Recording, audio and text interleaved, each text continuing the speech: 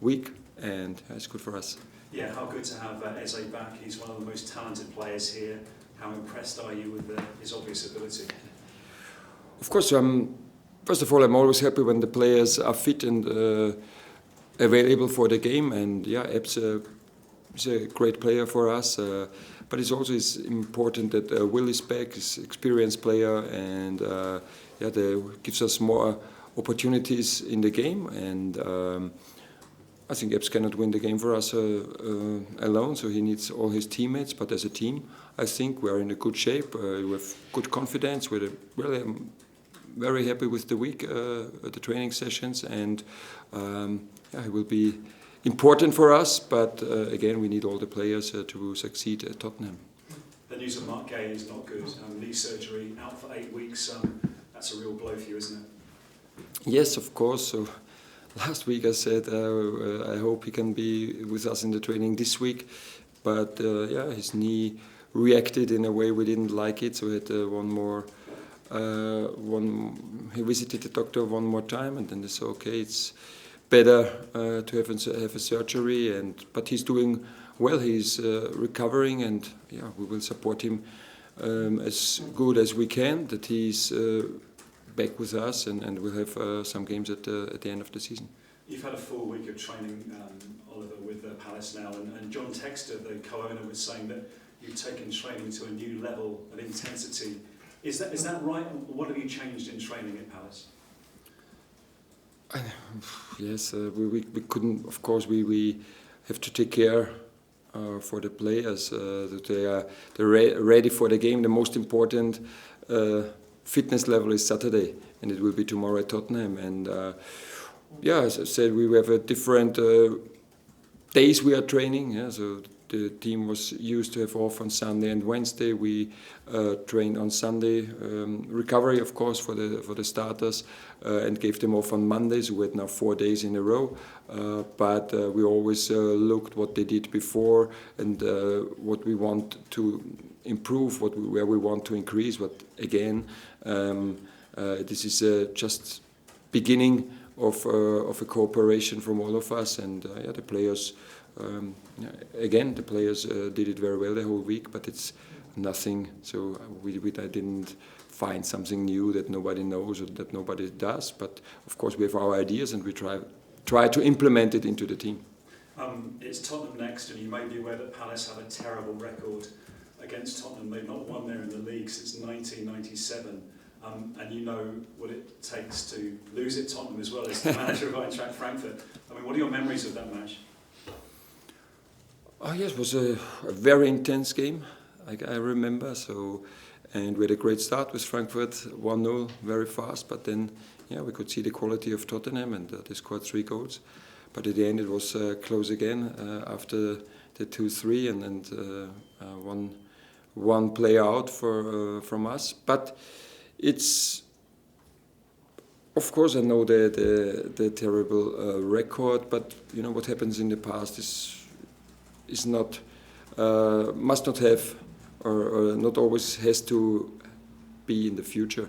So we go there and just prepare as good as we can, and we analyze them. I think we know where there are opportunities for us, but then it's important to show it in the stadium, to show it on the pitch. But Tottenham is a very good team, also has a different way of playing. So I know them with Conte as manager. Now I suppose that Joglu, he does a great job.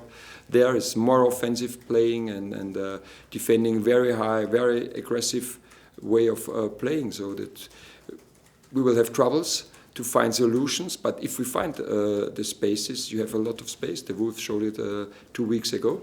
And so we go there with confidence, and we go there to take the 3 points, although maybe it's time after 27 years. Yeah. You've been compared to Postecoglou. Are there any similarities between you as managers, and how much do you admire him as a coach?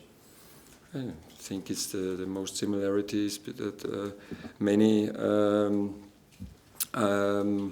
sometimes when I go on vacation, they say, "Where are you from?" I say, "From Austria." They say, "Ah, Australia."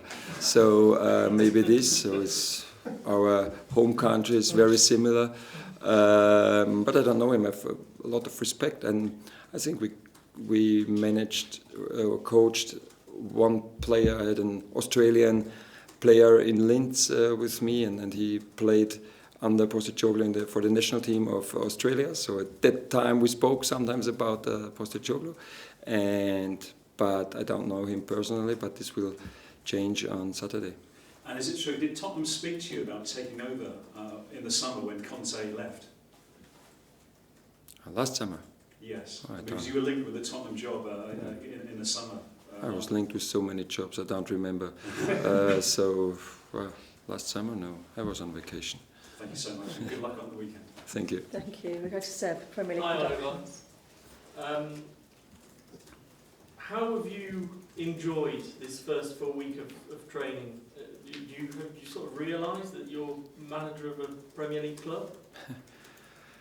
The most important thing I could enjoy this week more than the week before, that now we start to get a daily routine, to come in the morning, speak about football, speak with the players, speak about what we want to do in training, to analyze our game against Burnley. So the first 3 days was, I don't know, 90% not football and 10% football. So maybe this week it was 50-50, and the next weeks will be better, but it will be more football, because this is what I like, to talk about football, to talk with the players, what they need, this I enjoyed most in this week. You've changed certain things in training. Is that because you felt it was necessary to go up a level in intensity, or do you feel like there was already a good standard from the players? For me, everything we do in training is what we need in the game, and we cannot demand something from the players in a game when we never did it in training. So everything we do in the training sessions from Tuesday to Friday and on Sunday is what we expect the players to do. So we want to give them confidence, to support them, that they maybe have the same situations in the game and they know what to do. And so if we want to play very intense, we have to train very intense. So this is what we did, and so it's nothing to do with the past. It's just the picture, how we want to play, how we want the players to play on the pitch. This is how we train, and so maybe this is different, but it has nothing to do with the past. You were spotted at the Tottenham Hotspur Stadium before you were announced here. Is that just because you didn't have a job at the time that you felt it was a good opportunity to do it, or is it something you like to do quite regularly, to go and watch your future opponents? So maybe it's one of the biggest advantage of London is you can see many Premier League games here, because many clubs are from London. And yes, if we don't have a game and there is an opponent playing at home and it's not so far, and we will play maybe the next 2-3 weeks, I will go to the stadium, and because I'm a guy, I'm a fan, I'm a football fan, and if I like to be in a stadium, and the Tottenham Stadium is a very nice one, that was the reason. And what did you learn the most that day from watching them play? They lost as well, so.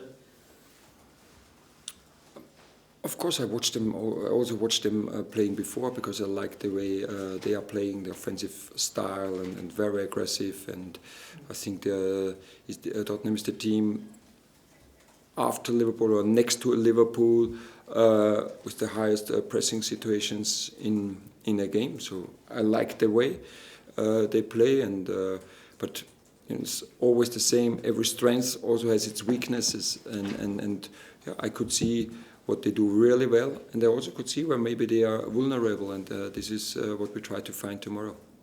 And finally, do you feel like your performance against Tottenham will maybe give you more information about where Crystal Palace are at the minute?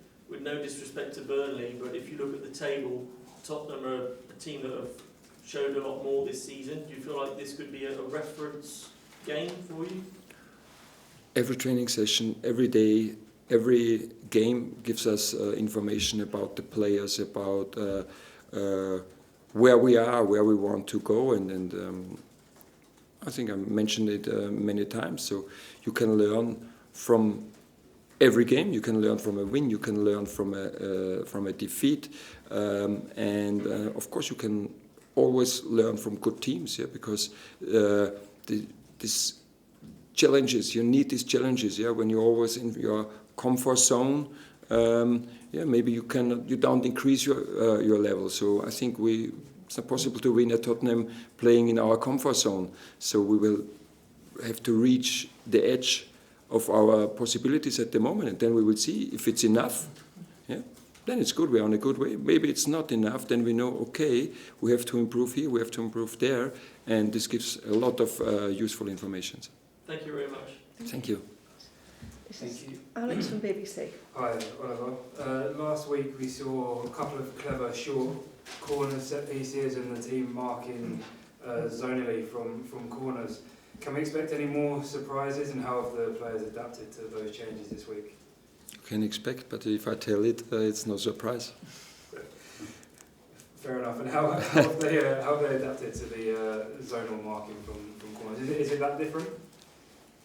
Yeah, of course, there are some differences, but with many experienced players, and I don't know, Joe Ward is playing for 10, 15 years, different managers, different way of playing, and they always adapted. Joachim Anderson, I don't know, it's his 5th, 6th, 7th club, so he had different managers, different countries, different cultures, he played in different ways, so the players are open, they know it, it's just to adapt it and to give them some triggers where they have to take care, what they have to do, but that's no problem.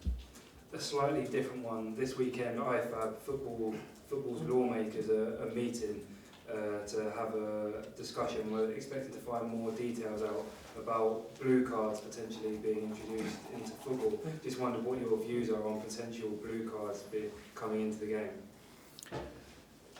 I conceded one when I was 9, I think. So we had this in Austria in the youth, but I don't have many informations about the blue card at the moment. Too many questions, for example, if there is a mass confrontation in the games, and now sometimes it's yellow, yellow, yellow, yellow, so then we continue playing 8 against 8, or so. I don't know what the rules will be, and but I hope they will tell it before we can see the first blue card on the pitch. Thank you. Thank you. Okay, thank you. Rachel from PA. Oliver, just taking you back to that trip to Tottenham a few weeks ago against Wolves, I think you also had a couple members of your coaching staff there with you. Can you just clarify who was actually in that group with you that day? Yes, yeah, they were with me, and yeah, we enjoyed the game. Of course, they were not here just for vacation, and yeah, it gave us maybe some more information about Tottenham, but also the analysts, so they prepared the game pretty well again. So yeah, I think we know it, but it's always on the screen, in the pre-match sessions, in the analysts. So we win every game, but it's important to show it then on Saturday afternoon. You spoke a bit about how much your players are integrating into your system, but how about your staff as well? Obviously, you've had the benefit of Paddy McCarthy and Dean Kiley. How important have they been in that transition of bringing in that new team as well? Very important. So it's the same. Yeah, we all new, and new team, new country, and but they know most of the things that happen. So they are great guys. So first of all, they're great guys. Not just great coaches. So we have from the beginning, from the first day, we had a good mood in our coaching staff, and yeah, very important information about also what happened before, about the players, and also this not to give too much input from the beginning. So we discuss it every day, and I'm very pleased that they are part of our coaching staff. Okay, that's the end of the broadcast section. Matt, do you want to